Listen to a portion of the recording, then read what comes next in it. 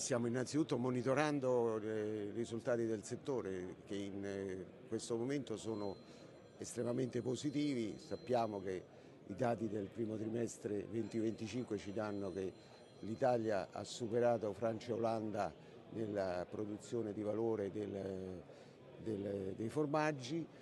Ovviamente è un settore che va sempre monitorato, tenuto con molta attenzione, e il convegno di oggi serve proprio a questo, vedere quelli che sono gli andamenti, quelle che possono essere anche le criticità e chiaramente vedere anche quelle che sono le prospettive di un settore d'eccellenza. Siamo a Mantova, che è l'unica provincia italiana nella quale ci sono la produzione sia del grana padano sia del parmigiano reggiano, quindi siamo veramente nell'eccellenza del caseario.